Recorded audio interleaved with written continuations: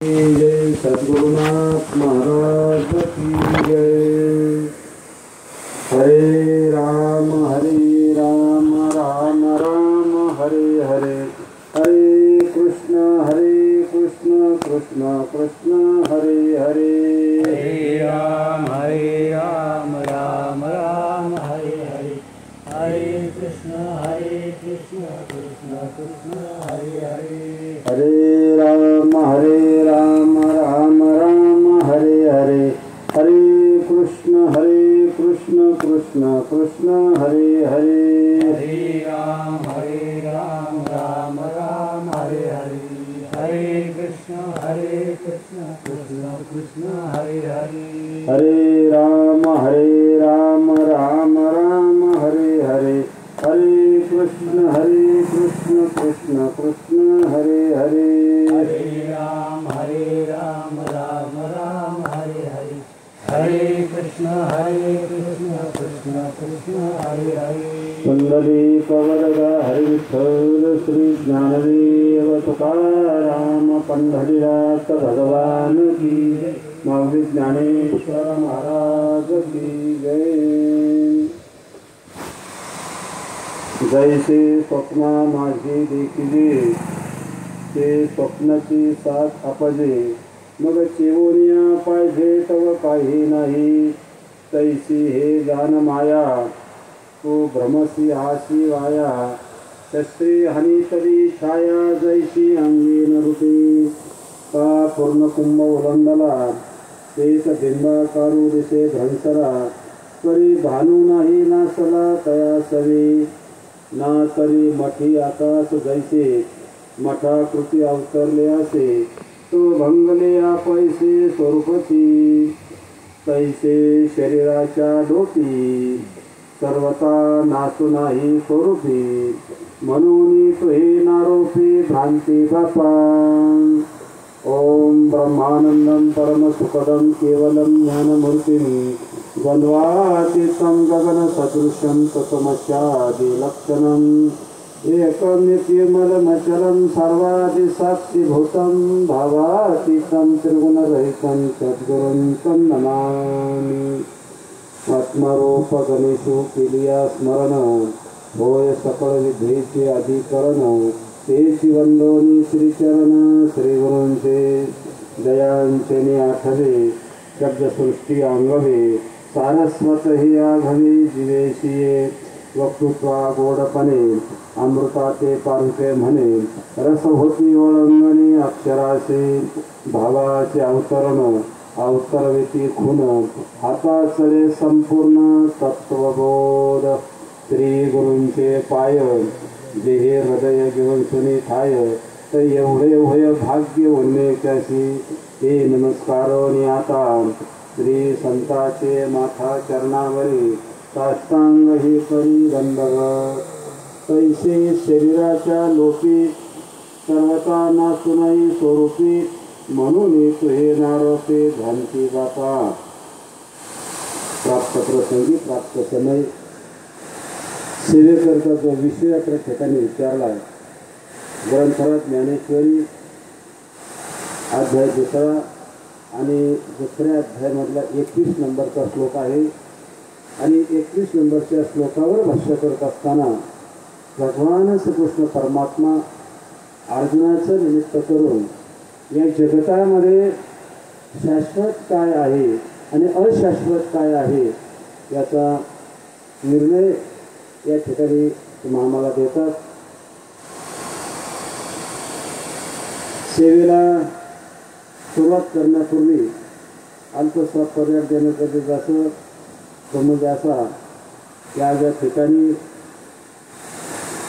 या गावचे सुपुत्र शत्रू नारायण कडू हे या असणाऱ्या पंचमहाभूताचा जो देह आहे, या देहाचा त्याग करून प्राणामध्ये विलीन करून आज 10 दिवस पूर्ण होत आहेत, आणि आपल्या भारतीय संस्कृतीनुसार अनेक प्रकारचे संस्कार असतात, आणि अनेक प्रकारच्या संस्कारामध्ये एकंदरीत महत्त्वाचे 16 संस्कार त्या प्रकार सांगतात, आणि त्या असणाऱ्या 16 संस्कारापैकी आजचा दसकरी नावाचा संस्कार या ठिकाणी करण्याकरता या ठिकाणी सर्वजण त्यांचे आप्तेष्ट नातेवाईक वगैरे सर्वजण या ठिकाणी आपण जमलेलो आहोत आणि त्यानिमित्तानं ही असणारी प्रवचनाची सेवा आहे.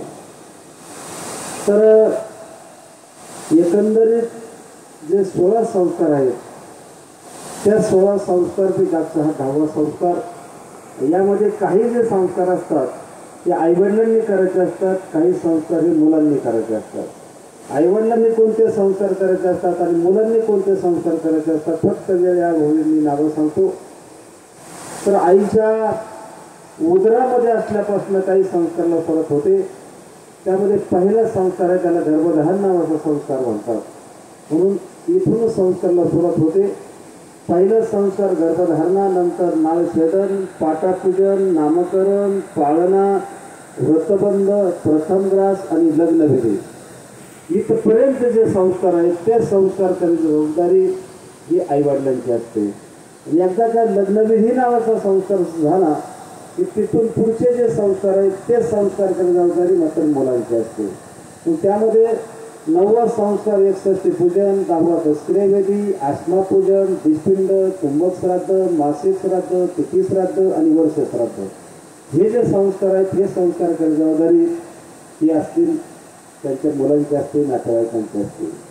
आणि म्हणून आज या ठिकाणी ज्यांचा संस्कार होते ते असणारे पितृभाऊ, त्यांच्या असणाऱ्या धर्मपत्नी संगीता कत्रुपुरुष, त्यांच्या असणाऱ्या मातोश्री कौशल्या नारायण कौर, नंतर त्यांच्या असणारी बहीण शोभा भानुदास दिवटे, त्याचप्रमाणे मंगल गुलाब उदार, विमल रामदास धर्मले, मनीषा रामदास कड बहीण, त्याचप्रमाणे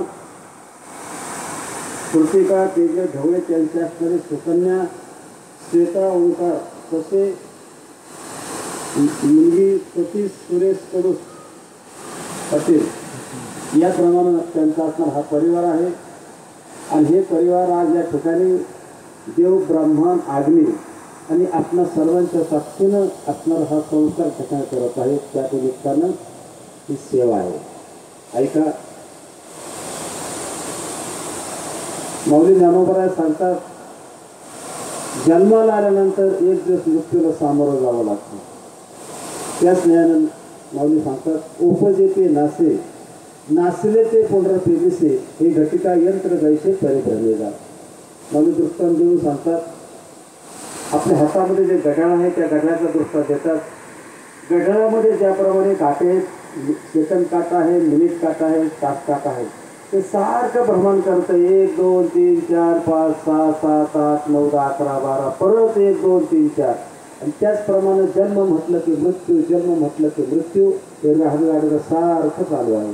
किंवा आणखीन एक सुंदर दृष्टांत देतात ना तरी वधू हसतो अपैसे हे अखंडित होत जात जैसे तैसे जन्म मरण अनिवार्य जगी. ज्याप्रमाणे सूर्याचं उगवणं आणि मावळणं नित्य अखंड अविरतपणे चालू असतं की सूर्य उगवला नाही किंवा मावळला नाही असं कधी घडत नाही. नित्य नियमाप्रमाणे सूर्य उगवतो मावळतो उगवतो मावळतो. त्याप्रमाणे जन्म म्हटलं की मृत्यू हा ठरलेलाच आहे. आणि याच न्यायानं यासणाऱ्या शत्रुभावनं यासणाऱ्या पंचवटीचा त्याग केलेला आहे. आणि त्यानिमित्तानं हा संस्कार ठिकाणी होत आहे. ऐका, भगवान परमात्म्याने जे काही सृष्टी निर्माण केली आणि सृष्टी निर्माण करत असताना या मनुष्य देहाची योजना केली. तर याचं चिंतन करत असताना ज्यावेळेस भगवान परमात्मा एकटा होता आणि एकटा भगवान परमात्मा त्यानंतर त्याला करमेना आणि त्याला करमेना म्हणून त्या भगवान परमात्म्यानं सर्वात प्रथम 3 देवाची निर्मिती केली. एक होम बहुशा.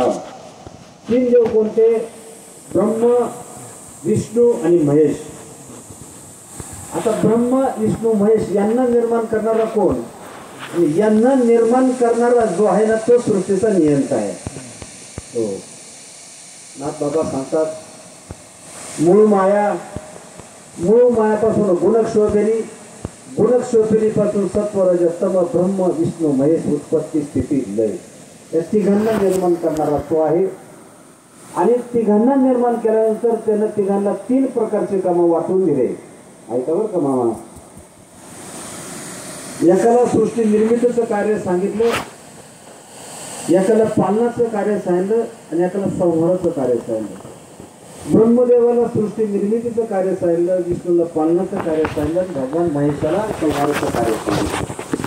त्यावेळेस ब्रह्मदेव सृष्टीची रचना करायला लागले, निर्मिती करायला लागले. त्यांना सृष्टीची निर्मितीच करता येईना, करताच येईना निर्मिती, गोंधळून गेला गडी. तुम्ही म्हणता याला काय पुरावा? संत ज्ञानेश्वरीमध्ये पै सृष्टीच्या उपक्रमा पुरीला विरोत्तमा वेळायचा ब्रह्मा एकला होता, मग ईश्वराचे नाव ओळखे ना सृष्टी करू शके. म्हणजे त्याला सृष्टीची निर्मितीच करता येणार. आणि ज्यावेळेस ब्रह्मदेवाला सृष्टीची निर्मिती करता येणार, ज्या कारणाकरता भगवान परमात्मा त्याची नियुक्ती केली तो कारण तो विसरला. जसं ब्रह्मदेव ज्या कारणाकरता निर्माण केला तो कारण विसरला, तसं तुम्ही आम्ही सुद्धा ज्या कारणाकरता भगवान परमात्म्याने मनुष्य देह तुम्ही आम्हाला प्रदान केला ते कार्य आपण सुद्धाच विसरलेलं आहोत. आणि ज्यावेळेस ब्रह्मदेव सृष्टीची निर्मिती त्यांना करताच येईना, त्यावेळेस आता काय करायचं, गोंधळून गेला गडी. आणि म्हणून ज्यावेळेस बाळ संकटात असतं त्यावेळेस प्रथम काळजी कोणाला लागते? मुळे महाराज, आईला लागते. आणि आईला काळजी लागते, पण त्याच आईला काळजी लागते की जिनं 9 महिने 9 दिवस तिचं ओझं वाजवलं, तिलाच काळजी लागते. सावतरायला सुद्धा तेवढी काळजी लागत नाही. मराठीत म्हणतात आई मरो मावशी उरो, पण मावशी सुद्धा काही कामाची नाही, फक्त ती जन्मदाती आहे, तिला कळस बसली तिलाच काळजी लागते. पण ज्या भगवंताच्या पोटी जन्म झाला त्या भगवान परमात्म्याला काळजी लागली की याला आता हा गोंधळून गेला, सुटी निर्मितीच करता येईना, कारण तो परमात्मा आहे, तो माय भी आहे बाप भी आहे. कृष्ण माझी माता, कृष्ण माझा पिता, बहीण बंधू चुलता, कृष्ण माझा विठ्ठल माये, विठ्ठल बाप, विठ्ठल चुलता, सर्व काही. म्हणून मौली जानोबरा सांगतात, ब्रह्म माझे कोटीचे बाळ, त्याशी कर्मच झाले आले फडळ, ते निरसव्या केवळ मी हंस झालो. म्हणून त्या परमपिता भगवान परमात्म्यानं तो निर्गुण आहे, निराकार आहे, रंग नाही, रूप नाही, असा असणारा तो भगवान परमात्मा त्यानं हंस पक्षाचं रूप घेतलं आणि सर्वात प्रथम ब्रह्मदेवाला उपदेश केला ते हे कल्पाती भक्तिनिया भागवत विषय ब्रह्मया उत्तम म्हणून धनंजय उपदेश केली. आणि मग त्या तत्वाच्या जोरावर ब्रह्मदेवानं सृष्टीची रचना केली, निर्मिती केली. आणि ती रचना करत असताना, ती निर्मिती करत असताना 4 खाणीमध्ये जारक, अंडक, शोधन, उद्भिद या 4 खाणीमध्ये अनेक प्रकारचे प्राणी निर्माण केले. जलचर, भूचर, खेचर, जमिनीवर राहणारे, पाण्यात राहणारे, जमिनीत राहणारे, असे अनंत प्राणी निर्माण केले. किती निर्माण केले तर 83,99,999 प्रकारचे प्राणी निर्माण केले. आणि ज्यावेळेस सभोवताली दृष्टी टाकली त्यावेळेस मात्र दुःख झालं. का दुःख झालं की जेवढे प्राणी निर्माण केले याच्यामध्ये असा एकही प्राणी नाही की त्याला खरं कळतं, खोटं कळतं, पाप कळतं, पुण्य कळतं, धर्म कळतो, अधर्म कळतो. नवे नवे भगवान परमात्म्याने मला शरीर दिलंय, हे नेमकं कशा करता दिलंय, मी नेमकं कोण आहे, मी कुठून आलोय, मला कुठं जायचंय, याला एकाचंही ज्ञान नाही. अशी जीवसृष्टी बघितली. त्यावेळेस ब्रह्मदेवाला दुःख झालं आणि शेवटचा प्राणी निर्माण केला तो म्हणजे मनुष्य प्राणी. डोळ्यात तेल घालून निर्माण केला बघा, आणि असा निर्माण केला की उभा निर्माण केला बघा. सगळ्या प्राण्यांवर दृष्टी टाका, जेवढे प्राणी आपल्याला माहिती आहेत ते सगळे आडवेत, पण मनुष्य प्राणी मात्र भगवान परमात्म्याने उभा केला बघा. नाथबाबा सांगतात, सर्व जन्माच्या शेवटी मनुष्य देह पावे पाठी, या परी उत्तम कीर्तीने रचली नाही. शेवटचा जन्म आहे. मनुष्य देहासारखं सुंदर मंदिर म्हणजे मी निर्माणच केलं नाही म्हणले. हो हो. आणि हा देह निर्माण करत असताना या असणाऱ्या मानवी देहामध्ये भगवान परमात्म्याने एक अमूल्य किमतीची वस्तू टाकली. आणि त्या वस्तूमुळं फक्त आणि फक्त माणसालाच फक्त ज्ञान आहे, इतरांना ज्ञान नाही. विवेक जो आहे तो फक्त माणसाला आहे. हो. अशी कोणती वस्तू मानवी देहामध्ये टाकली तर परत नात्र्या सांगतात, बाहुल्य मनुष्य देही निज ज्ञान घातले पायी, जेणे ज्ञान देही विधे पायी पावते. निज ज्ञान नावाची, ब्रह्मज्ञान नावाची, आत्मज्ञान नावाची वस्तू या असणाऱ्या मानवी यामध्ये टाकली आणि या वस्तूमुळेच फक्त आणि फक्त माणसाला फक्त ज्ञान आहे, इतरांना ज्ञान नाही. म्हणून सर्व देहधारी प्राण्यामध्ये मनुष्य प्राणी हा श्रेष्ठ गणलेला आहे. परत याची नियुक्ती करत असताना परत एक उद्देश ठेवून निर्माण केला. मनुष्य देह उद्देश ठेवून निर्माण केला. कोणता उद्देश ठेवला असेल? जन्माला यायचं, रात्रंदिवस काबाड कष्ट करायचे, गरजेचे संपत्ती जमवायची, गाड्या घोड्या बंगले घ्यायचे, परत जायचं, हा उद्देश ठेवला असेल का भगवान परमात्म्याने? नाही. कोणता उद्देश ठेवला? तर निजात्म प्राप्ती लागोनी देवे केली मनुष्य योनी, पण देवाचा विश्वास सोडून विशेष योनीचे बदल. सुंदर वही आहे. निजात्म प्राप्ती लागोनी देवे केली मनुष्य योनी. निज म्हणजे मी नेमकं कोण आहे, मी कुठून आलो, मला कुठं जायचंय आणि काय केल्यानंतर याच्या पाठीशी दुःख लागलेलं आहे, त्या दुःखातून तो निवृत्त होईल, याच्याकरता भगवान परमात्म्याने मानवी द्यायची योजना केलेली आहे. पहा, हो, बारकाने चिंतन जर केलं, दसक्रियाविधी असत, वर्ष श्राद्ध असत, हे जे प्रवचन जे असतात ना, हे प्रवचन जे असतात हे फक्त एकच गोष्टी करतायत. जी गेलेली जी व्यक्ती आहे त्या गेलेल्या व्यक्तीचा आदर व्यक्त करायचा, त्याला श्रद्धांजली व्हायची. आणि जे दसक्रियाविधीला मंडळी आलेली आहेत त्यांच्याकरता एक सावधानतेचा इशारा आहे, इशारा. त्याच्याकरता खऱ्या दसक्रियाविधीचं प्रवचन असतं. हो, मग मला सांगा, भगवान परमात्म्याने मानवी ध्याची योजना केली, कशा करता केली? हो, कशा करता केली? आणि ज्याच्या करता केली ना, ते कार्य, ते काम या ठिकाणी तुम्हाला झाल्यानंतर समजून घ्यायचंय. या जगताचा विचार जर केला, त्या जगतामध्ये काही ज्या गोष्टी आहेत सामान्य दुर्लभ आहेत आणि काही ज्या गोष्टी त्या विशेष दुर्लभ गोष्टी आहेत. पहा, सामान्य दुर्लभ मध्ये प्रामुख्याने 3 गोष्टी शास्त्रकार सांगतात आणि विशेष दुर्लभ मध्ये 3 गोष्टी शास्त्रकार सांगतात. तर सामान्य दुर्लभ मध्ये विशेष कोणते आहेत? तर पहा, आता हा पूर्व दिशेला उभारणारा सूर्य आहे. या सूर्याला जर एखाद्याने सांगितलं, सूर्या तू जर उगवला तर याद राहा, पण तो थांबणार नाही, तो उगवणारच आहे. तरी पण आपल्या भारत देशामध्ये एक महान पतिव्रता स्त्री होऊन गेली, तिने तिच्या असणाऱ्या पतिव्रतेच्या जोरावर पूर्व दिशेला उगवणारा सूर्य थांबवलाय. दत्त प्रबोध नावाच्या ग्रंथामध्ये सुंदर चिंतन आलेले, आपल्याला सांगायला वेळ नाही. पण न घडणारी गोष्ट, अशक्य पाय गोष्ट असणारी उगवणारा सूर्य थांबवलाय. नंतर समुद्र, अथांग समुद्र, अरबी समुद्र असेल, बंगालचा उपसागर असेल, त्या समुद्राची लांबी रुंदी खोलीचा विचार जर केला तर आपण सांगू शकत नाही किती लांब आहे, किती खोल आहे. परंतु एखाद्याने ठरवलं तो समुद्र तरुण जायचा आहे, या काठावरून पलीकडच्या काठापर्यंत तरुण जायचा आहे, तर शक्य नाही. पण तो आपल्या भारत देशामध्ये एक वीर पुरुष होऊन गेले, स्वतंत्रवीर सावरकर. ते काही अंशिक महिन्यापासून समुद्र तरुण गेलेत. म्हणजे ही गोष्ट घडली, ही सामान्य दुर्लभ गोष्ट आहे. तिसरी सामान्य दुर्लभ गोष्ट आहे वाघलीचं दूध. काही महत्वाचं काम आहे.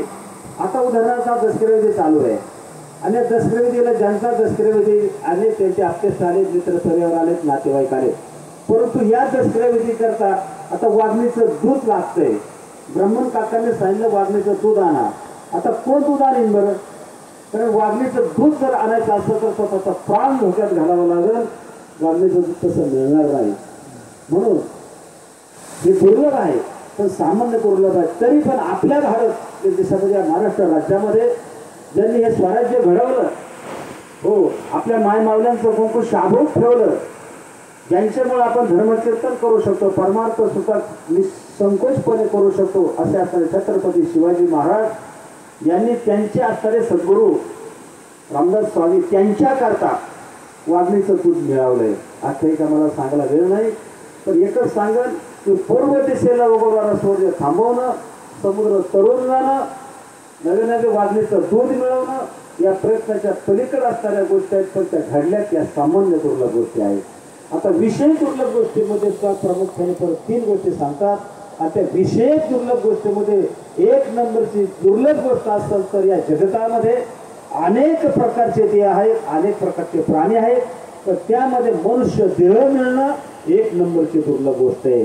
हो, तुकोबराज सांगतात, नरदेह दुर्लभ जाना नरदेह दुर्लभ जाना शतवर्षाची गणना शतवर्षाची गणना त्यामध्ये दुःख यातना त्यामध्ये दुःख यातना तुम्ही आठवा मधुसूदना तुम्ही आठवा मधुसूदना तुम्ही वासुदेव वासुदेव म्हणा तुम्ही वासुदेव वासुदेव म्हणा नरदेह दुर्लभ आहे किती दुर्लभ आहे किती दुर्लभ आहे सांगताच येत नाही पण एक शुभशतकार सांगतात मेरू तुल्य पृथ्वी भेटलेल्या सुवर्ण न मिळे एक क्षण नरदेह मेरू तुल्य पृथ्वी म्हणजे मेरू पर्वत तो एका पारड्यात टाकायचा आणि एका पारड्यामध्ये सोनं टाकायचं आणि ज्यावेळेस ते बरोबर होईल ना त्यावेळेस एक क्षण मनुष्य देह मिळतोय मग मला सांगा मेरू तुल्य पृथ्वी मेरू पर्वतामध्ये किती सोनं बसन बरं आता एका पोळ्याचा भाव किती 1.5 लाख रुपये पण एक एवढं एक मेरू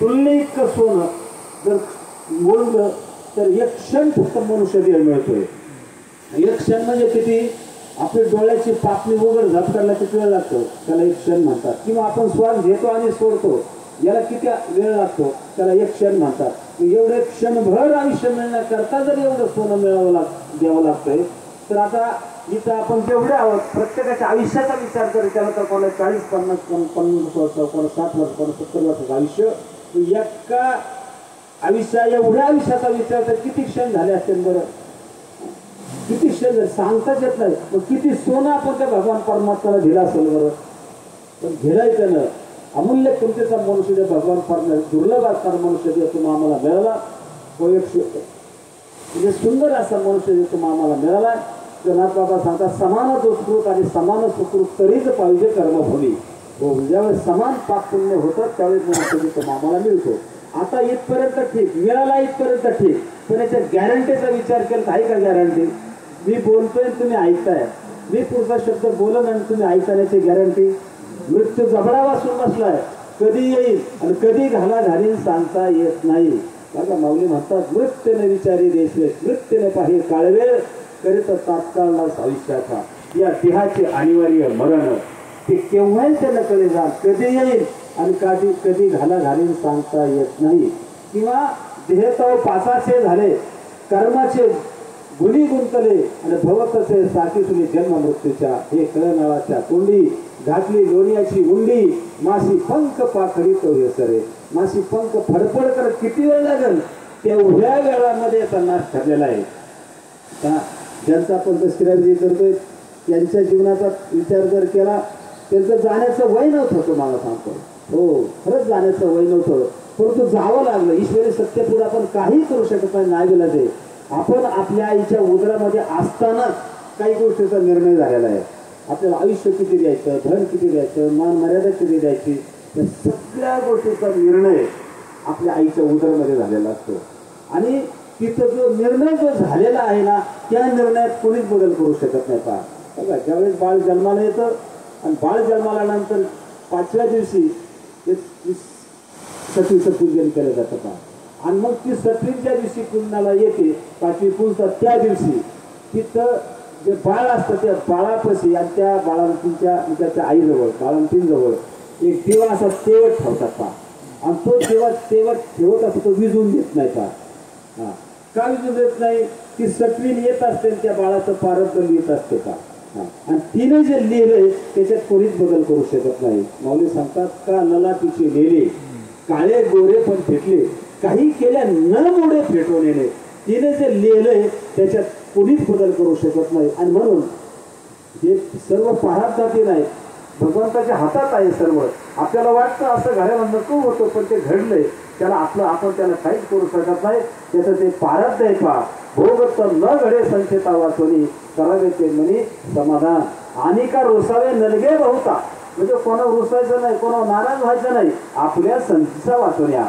आपल्या संचेताचे जे भोग आहेत ते भोग भोगावेच लागतील विश्वासा चालक रामप्रभूला वनवासाला जावं लागलं का जावं लागलं त्याच्या पाठीमागं त्याचं काहीतरी भारत आहे म्हणून जावं लागलं तर मला सांगतो हो म्हणून याचं चिंतन करत असताना मनुष्य ते आता मिळाला इथपर्यंत ठीक त्याच्या गॅरंटीचं भरवसा नाही मृत्यू झपडा वाचून बसलाय कधी येईल कधी घालेल सांगता येत नाही मग ज्या कारणाकरता भगवान परमात्मा मनुष्य जे निर्माण केलाय ते कार्य तो आम्हाला करायचंय. पण मी सांगत होतो की एक नंबर असणारी दुर्लभ गोष्ट आहे की मिळत नाही पण मिळाल्या, पण मिळाल्यानंतर या असणाऱ्या जन्माचं सार्थक झालं पाहिजे हा विचार मनामध्ये आला पाहिजे. म्हणून 2 नंबरची दुर्लभ गोष्ट आहे भगवान परमात्म्याने मनुष्य मला दिलाय, पण एक दिवस मला हे जग सोडून जायचंय. हो जायचंय, जावाच लागेल, नाही म्हणलं तरी जावं लागेल. कितीही टाळण्याचा प्रयत्न केला आपण टाळू शकत नाही. हो आज अनेक प्रकारचे क्षेत्र आहेत काका, धर्मले काका, अनेक प्रकारचे क्षेत्र आहेत. राजकीय क्षेत्र आहे, आध्यात्मिक क्षेत्र आहे, सामाजिक क्षेत्र आहे, अनेक प्रकारचे क्षेत्र आहे, औद्योगिक क्षेत्र आहे. प्रत्येक क्षेत्राचा विचार जर केला तर प्रत्येक क्षेत्रामध्ये भ्रष्टाचार आहे. पण असं एकच क्षेत्र आहे हे यमाचं क्षेत्र, इथं मात्र भ्रष्टाचार अजून नाही. असं कधी घडलं नाही की 4 जण कोटी दिलेत आणि मृत्यूला वाचवले, माघारी पडला, असं घडलं का? धीरूभाई अंबानी सारखे, टाटा बिर्ला सारखे असते तर कितीही पैसे मृत्यूला माघारी पाठवला असतं त्यांनी. पण इथं मात्र स्वच्छ कारभार आहे, इथं मात्र भ्रष्टाचार नाही. आपल्या धार्मिक क्षेत्रामध्ये सुद्धा भ्रष्टाचार आहे. महाराजांच्या तारखा घेण्याला सुद्धा पैसे आहे. तुम्हाला सांगतो एजंट आहे, खरंच एजंट आहे. हो हां, विचार जर केला तर सगळ्या क्षेत्रामध्ये भ्रष्टाचार, तर फक्त एवढं क्षेत्र आहे इथं मात्र भ्रष्टाचारातून चालत नाही. का उदाहरण मी सांगून जाईल. भगवान परमात्म्याचं वाहन गरुड, आणि त्या गरुडाच्या एकदा आजारी पडली, आणि आजारी पडल्यानंतर जसं आपल्या घरामध्ये अनेक जण आजारी पडतात, आणि अनेक जण आजारी पडल्यानंतर आपले जे आप्तेष्ट असतात ते सगळं परिवार नातेवाईक आपल्याला भेटण्याकरता येतात, तसं गरुडाच्याही आजारी पडली. आणि ती आजारी पडल्यानंतर अनेक जण भेटायला येऊ लागले, अनेक जण. आता सामान्यांची नावं मी सांगत नाही, मोठ्यांची नावं सांगतो. एक दिवस स्वतः ब्रह्मदेव भेटायला आले, आणि ब्रह्मदेव भेटल्यानंतर त्या आईची आजाराची चौकशी वगैरे केली.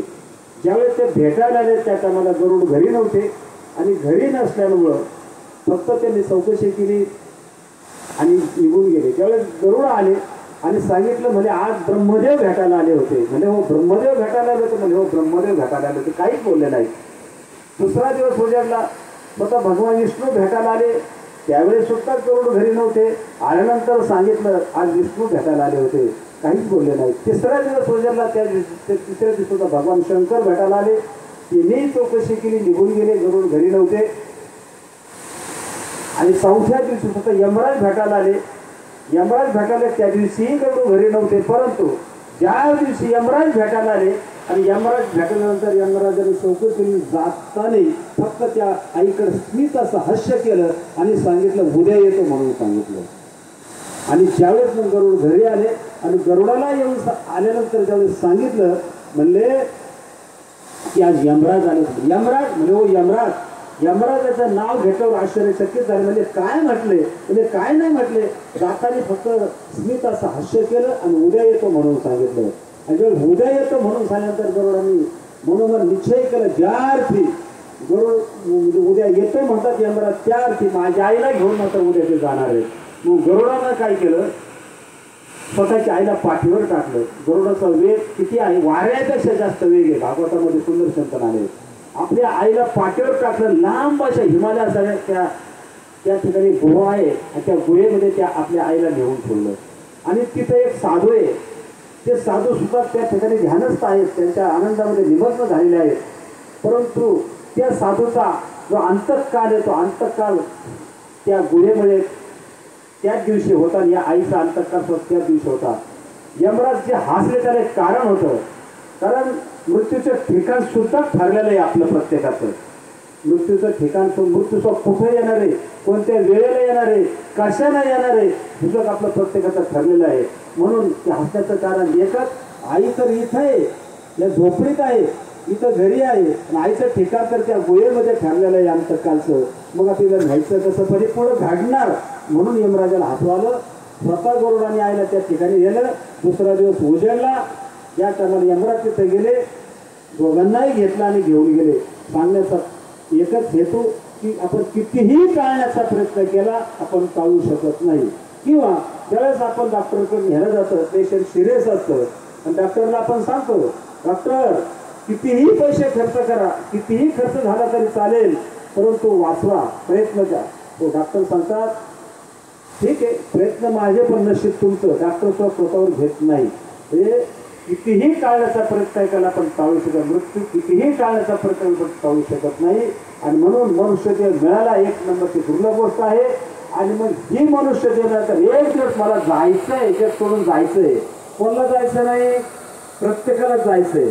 ज्या भगवान परमात्म्याने अवतार घेतले, अनंत अवतार आहेत. अनंत अवतार घेशी भक्ता कारण आहे, किंवा अवताराच्या राशीच्या राशी आहेत. काकड्यामध्ये आपण म्हणतो मामा, अवताराच्या राशी तो हा उभा विठेवरी, शंखचक्र गदा पद्म सहित करी.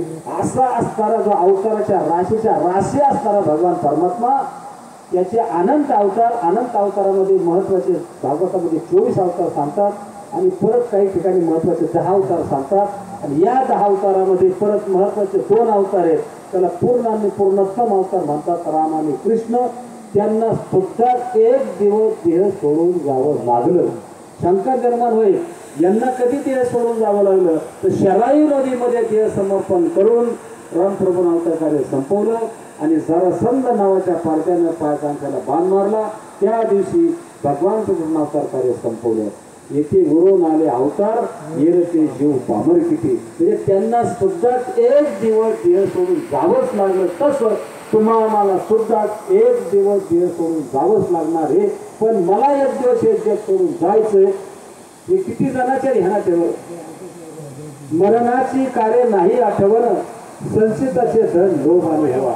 हो, म्हणून भगवान परमात्म्याने ज्या कारणाकरता मनुष्य देह तुम्ही आम्हाला दिलाय, ते काम तुम्हाला मला ठिकाणी करायचंय. आणि म्हणून या असणाऱ्या जन्माचं सार्थक झालं पाहिजे.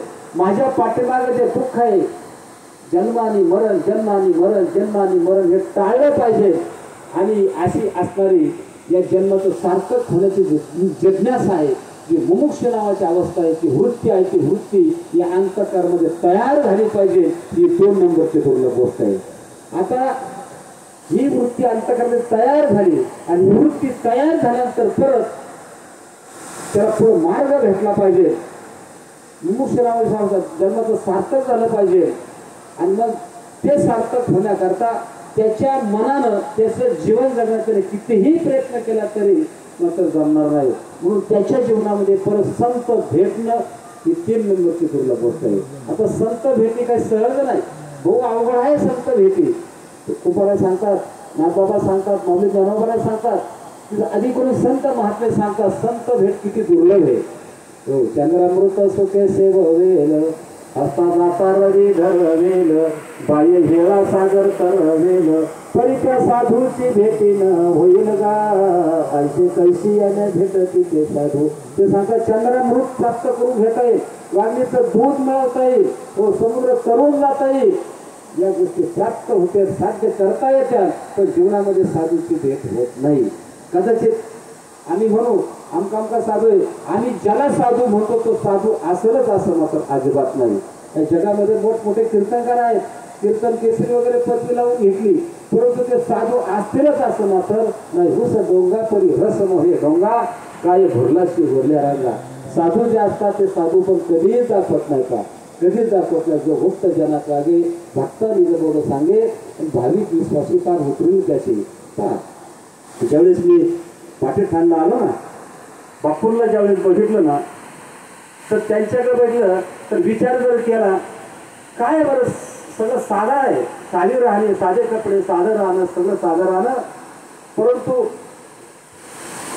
वृत्ती स्वरूपाच्या ठिकाणी लीन झालेली वृत्ती आहे.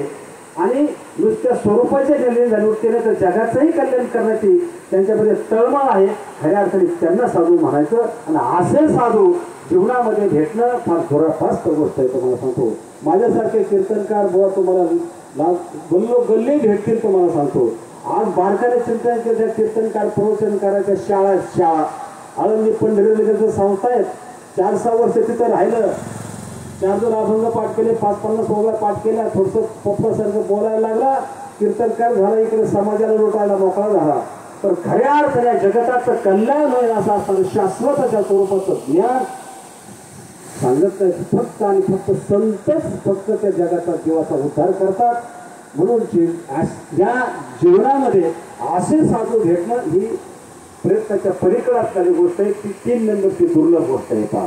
आणि म्हणून हे जीवन जगत असताना आपल्याला आपल्या जीवनाचं सार्थक झालं पाहिजे याचं चिंतन आपण केलं पाहिजे तुम्हाला सांगतो. मग विचार जर केला तर आपण नेमकं कोण आहोत हे आपल्याला माहीत नाही. आपण कुठून आलो हे आपल्याला माहीत नाही आणि कुठं जायचं हे पण आपल्याला माहीत नाही. मामा कुठून आलो म्हणजे कडूसोरून आलो, पण कडूसून आले ही गोष्ट खरी, पण कडूसोला होते म्हणून आले का नव्हते म्हणून आले? नव्हते तिथे आलेच नव्हते ना, कडूसाला होते म्हणून इथं आले. बरं कडूसाला येण्याच्या अगोदर कुठं होते माहित नाही. एखादा म्हणजे आईच्या उदरातून आलो, तर आईच्या उदरात होता म्हणून आला का नव्हता म्हणून आला? होता म्हणूनच आलाय. मग आईच्या उदरात येण्याच्या अगोदर कुठं होता आपल्याला माहित नाही. तुम्हाला सांगतो पण ज्ञानेश्वरीमध्ये सगळा उल्लेख आलेला आपल्याला चांगला वेळ नाही. पण एकच तुकोबाराय सांगतात, तुझी माया होती ताणी तेव्हा तू कुठे होता प्राणी, तुझा बाप होता बाळ तेव्हा तू कुठे कर्मित होता का हे आपल्याला माहित नाही. बोधले महाराजसारखा महात्म्य होऊन गेले. ते सांगतात, आलाशी कोठोनी जाशील कवण्या गावा, घरदार तुझे नाही अवघी नक्कीच माया नका.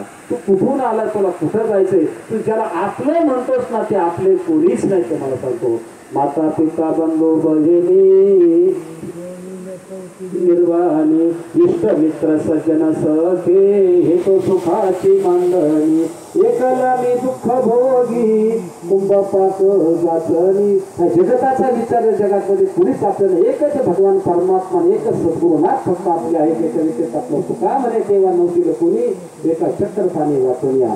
मग विचार जर केला तर आपण नेमकं कोण आहोत, आपण कोण आहे त्याचा विचार करायचा. हा आणि हे जीवन जगत असताना याच्या पाठीशी दुःख आहे.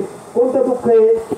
अनेक प्रकारचं दुःख आहे. अनेक प्रकारचं अनेक दुःख आहे. सांगू किती अनेक दुःख आहेत. कोणकोणते दुःख आहेत? अनेक दुःख आहेत. पण अनेक दुःखामध्ये 3 दुःखामुळे महाराज महत्वाचे. एक रोगाचं दुःख आहे, एक दारिद्र्याचं दुःख आहे आणि तिसरं जन्म मरणाचं दुःख आहे. आता रोगाचं दुःख, रोगाच्या दुःखाचा विचार केला तर अनेक प्रकारचे रोग आहेत. या शरीराचा विचार केला शरीर रोगाचं भांडार आहे. शरीर रोगाचे भांडार, शरीर रोगाचे भांडार, शरीर दुर्गंधीचे थार, शरीर दुर्गंधीचे थार. शरीर रोगाचं भांडार म्हटलंय. कोणता रोग कोणाला कधी वेळ सांगता येत नाही. आता एखादा मास्तर म्हणून अनेक रोगांना विचारले पण आमचे ज्यांना मी खऱ्या अर्थानं सद्गुरु स्थानी मानतो, गुरुतुल्य मानतो असे असणारे या कुटुंबाचे जावाई ज्यांचं डिस्क्रिप्टिव्ह त्यांचे असणारे नेवणे आमचे घोरमले काका, त्यानंतर आमचा कायम संवाद होतो. तुम्हाला होतो परमार्थिक कायम संवाद होतो. तर विचार जर केला तर आपलं त्यांचं आणि तसं विचार करता ह्याचा आपला काय संबंध आहे, आमचा कायम संवाद होतो तुम्हाला सांगतो. म्हणून याचं चिंतन करत असताना की आपल्या पाठीत जे दुःख आहे जन्म आणि मरण आपलं कोणीच नाही हे आपल्याला टाळायचं आहे. म्हणून रोग जे आहेत आता आमसारख्याला अनेक रोग पण त्यांना एखादी साधी गोळी सुचत नाही. ही विषय का बरं? त्यांना साधी गोळी सुचत नाही, कुठलाच रोग नाही. आम्हाला मात्र अनेक रोगांना पसरले. याला एकच कारण की आपल्या हातून जे निषिद्ध स्वरूपाचं कर्म घडतं आणि निषिद्ध स्वरूपाचं कर्म त्याला म्हणतात खाऊ नये ते खायचं, पिऊ नये ते प्यायचं, वागू नये तसं वागायचं. त्याचा परिणाम पाप तयार होतं आणि त्या असणाऱ्या पापाची फेड मग रोगाच्या रूपानं करावं लागते. तुकोबाराय सांगतात, तुका म्हणे पापे येते रोगाची रूपे. प्रत्येकाचं कर्म वेगळं, प्रत्येकाला दुःख वेगळं. दुसरं दुःख दारिद्र्याचं दुःख. एक फुटपाथवर जीवन जगतोय आणि एक कंडिशन रूम मध्ये राहतोय. एकाला पैसा कुठं खर्च करा म्हणून होत नाही आणि एकाला उद्या काय खाऊ याची पंचायत. ही विषय म्हणतात का? याला स्वतः नावले म्हणतात आगा करणे जे घोरावे ते सुखदुःखी फळावे आणि तया ते भोगवायचे आहे का. किंवा अदृष्ट झाल्या विलासो पालटे श्रीमंतीचा विलासो आणि पूर्वे पाठी पालटे श्रीमंतू जायचा. इथं तो कर्माचा भाग सांगितलेला आहे. प्रत्येकाचं कर्म वेगळं, प्रत्येकाला दुःख वेगळं आणि तिसरं जे दुःख आहे ते म्हणजे जन्म आणि मरण. या दुःखाचा विचार का जिथं मात्र मी सांगून गेलोय इथं मात्र कोणी सुटल्यानं जो जन्माला आलाय त्याला एक दिवस जावं लागल. जन्माचं दुःख किती, बालपणाचं दुःख किती, तरुणपणाचं दुःख किती, वृद्धपणाचं दुःख किती, अंतकाळचं दुःख किती. किती दुःख आहे. आईच्या उदरामध्ये ज्यावेळेस आपण असतो त्यावेळेस तिथं काही एअर कंडिशन चांगलं आहे काय? आतमध्ये आत रवा रवा दुर्गंधी मलमूत्राचा बांधा, वरी चर्म घातले कोमे कीटकाचा सांधा. आज सगळं नरक झालेलं आहे, नरक सगळं दुःखाच्या आतमध्ये. आणि ते दुःख भोगत असताना ज्यावेळेस बाळ तो गर्भ आईच्या उदरामध्ये असतो आणि आईच्या उदरामध्ये गर्भ असताना भगवान परमात्मा ज्यावेळेस त्या मातेला 7वा महिना लागतो त्यावेळेस त्या गर्भाची टाळू फोडतो आणि त्या आई त्या गर्भामध्ये प्रवेश करतो आणि ज्यावेळेस त्या गर्भामध्ये प्रवेश करतो त्यावेळेस त्या गर्भाला जीवदशा प्राप्त होते आणि तिथं तो गर्भ हल्ला जातो आईच्या उदरामध्ये फिरल्या जातो त्यावेळेस त्या मातेला डोळे लागतात हे आपल्याला माहीत नाही पण आपण घरी आपल्या माता बहिणीला विचारू शकतो हे खरं आहे का खोटं आहे म्हणून आणि ते डोळे लागतात जीवदशा प्राप्त होते आणि तिथं असताना जे मलमूत्र त्याच्या नाकात डोळ्यात जातं त्यावेळेस त्या ठिकाणी तो जीव त्या परमात्म्याची प्रार्थना करतो विनंती करतो देवा एकदा फक्त एक वेळ कर या दुःखा वेगळं एकदा मला दुःखातून वेगळं कर आणि जर तू मला दुःखातून वेगळं केलंच तर आठवीनं पाय हा माझा नवस मी तुला आठवीन तुझं चिंतन करीन तुझं नामस्मरण करीन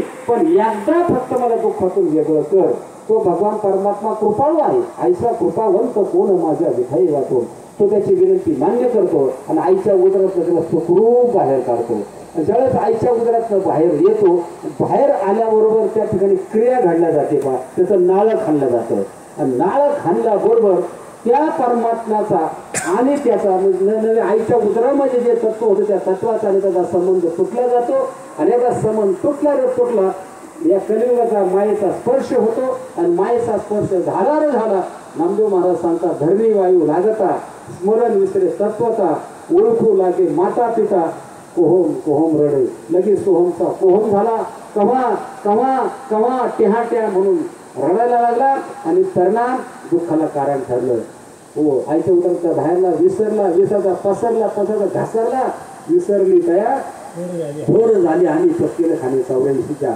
मग आईच्या उदरात हे दुःख परत बालपणाचं दुःख सुखरूप बाहेर आलं ठीक आडवा आला तर परत मग काय होतं ते डॉक्टरकडे जातात डॉक्टर सांगतो बाळ आडवाले बाळाचे तुकडे करून बाहेर काढावं लागेल बाळ पाहिजे का बाळाची आई पाहिजे माझ्यासारखा उदार असलेला एखादा म्हणतो मला बाळ नसतं बाळाची आई पाहिजे मग तो डॉक्टर त्या बाळाला तुकडे करून बाहेर काढतो मला सांगा आपण प्रत्येक जण आईच्या उदरातून बाहेर आलो आपण जर आडवे आलो असतो आणि आपण आलेलो तर आपल्या बापरे जर तो निर्णय घेतला असता त्यावेळेस मला बाळ नको बाळाची आई पाहिजे मला सांगा इथं प्रवचन करायला नाही त्याला आपण असतो का मग ते बालपणाचं दुःख परत तरुणपणाचं दुःख रात्रंदिवस आपण कापड कष्ट करतो गरगंजे गाड्या घोड्या खाल्ले इस्टेट कमवतो आणि सर्व कमवल्यानंतर रिटायर होतो रिटायर झाल्यानंतर ज्यावेळेस सर्व सत्ता लेखासोनाच्या हातात जाते आणि लेखासोनाच्या हातात सत्ता गेल्यानंतर सर्व मालकी याची पण मालकी राहते का कमभर पाणी आणि कोरभर भाकरी मिळण्याशिवाय सत्ता याच्या हातात नाही आणि ज्यावेळेस अशी वेळ येते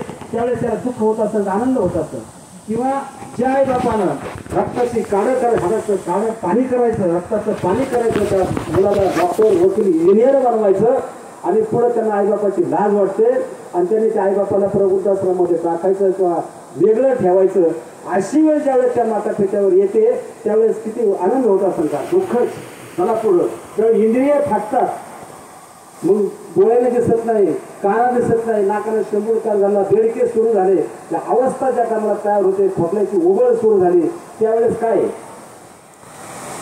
घरातले सोडून द्या शेजारी पाजारी सुद्धा म्हणतात हे आम्हाला रात्रभर झोप येऊन देत नाही हे गेलेलं बरं कोण म्हणतंय शेजारचे म्हणतात माऊली म्हणतात आगा उबळीचा उजगरा शेजीला साईल म्हणतात सिलवेल म्हणती म्हातारा कवना त्या हे म्हातारा कोणला सील करणार हे गेलेलं बरं कोण म्हणतंय शेजारी म्हणतात अरे शेजारी मध्ये ज्या नवलला पण घरातले सुद्धा म्हणतात बाईल म्हणा खरं म्हणतात तरी बरं नासेल घर फंकून या अशी वेळ एक त्यावेळेस काय होत असेल दुःखच आहे आणि शेवटचं दुःख मृत्यूचं दुःख आहे पहा आपल्या शरीरावर रोम म्हणजे केस किती येतं शास्त्र सांगते 3.5 कोटी विश्वासनाचा सगळं जन्म जायचं आहे की नाही विंचू जर कोणाला चावला असेल एका विंचवाच्या वेदना किती त्याला 3.5 कोटीने गुणायचं किती उत्तर येईल तेवढं दुःख देह सोडत असताना होत असतं का म्हणून मनुष्य देह मिळालाय ना हे जर आपल्याला जायचंय ना तर या दुःखावर आपल्याला विजय मिळवायचा आहे आणि त्याच्याकरता खऱ्या अर्थाने कीर्तन प्रवचन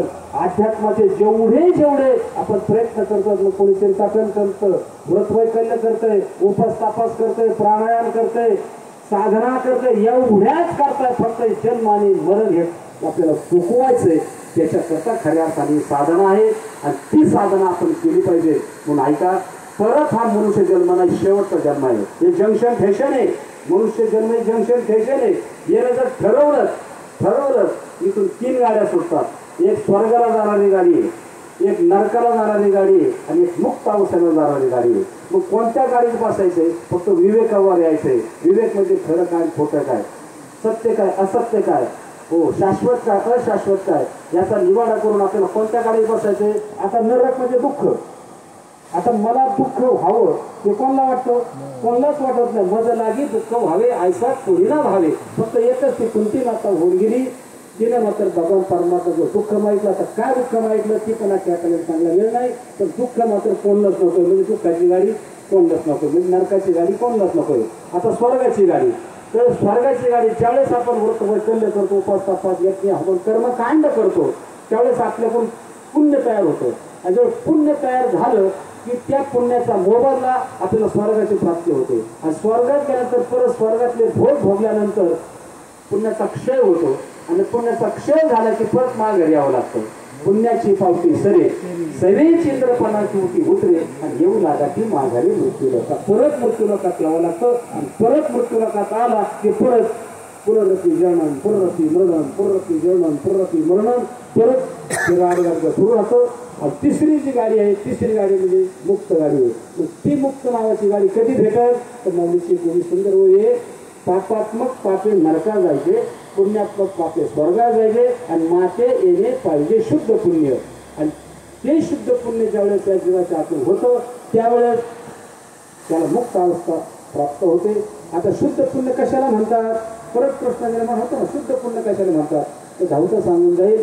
भगवान परमात्म्याचं जे नामस्मरण आहे, अनादिकाचं जे परमतत्व आहे, जे गुरुतत्व आहे, त्या गुरुतत्वाचं ज्या टायमाला स्मरण या जीवाकडनं होतं आणि त्या तत्वाच्या द्वारे जे स्मरण होतं त्याने एक शुद्ध पुण्य तयार होतं. आणि ते शुद्ध पुण्य तयार झाल्यानंतर त्यानं भगवान परमात्म्याचीच प्राप्ती होते. पहा, म्हणून ते सांगतात माते येणे पाहिजे शुद्ध पुण्य. आणि हे कार्य, हे काम, या तिसभर पोटाची खळगी भरण्याकरता आपल्याला कर्म करावं लागतं. मग कोण शेती करतं, कोण नोकरी करतं, कोण धंदा करतं, कोण मजुरी करतं. जे जे कर्म आपण करतो ते कर्म खुशाल करायचं. आणि हे कर्म करता करता करता करता करता एखाद्या सत्पुरुषाची साधूची शरणागती करून आपल्याला जीवनाचं ओळख करून घेऊन, मी नेमकं कोण याची ओळख करून घेऊन ते त्या दिशेनं ते सांगतात, त्या दिशेनं आपण आपल्या जीवनाची वाटचाल करून आपल्या जीवनाचं शाश्वताच्या स्वरूपात आपल्याला कल्याण करून घ्यायचे. मला सांगा, ज्यांचा दसक्रिया जे आपण या ठिकाणी करतोय, सर्वांना दुःख झालेलं आहे. पण बारीकाने विचार केला, ज्यावेळेस त्यांनी देह ठेवला आणि देह ठेवल्यानंतर ज्यावेळेस त्यांचं शरीर ज्या टायमाला आपल्या समोर होतं, त्या शरीराकडे बघून आपण सर्वजण ओक्साबोक्षीत रडत होतो, दुःख व्यक्त करत होतो. पण मला सांगा की ज्यांच्याकडे आपण ओक्साबोक्षी रडतोय, जे गेल्याबद्दल दुःख झालंय, जे गेले ते जर आपल्या समोर आहेत, मग आपल्याला दुःख करायचं कारण काय करेल? पण ऐका, जे दिसतंय ते आपलं आहे तर त्यातलं निघून गेलं ते आपलं आहे.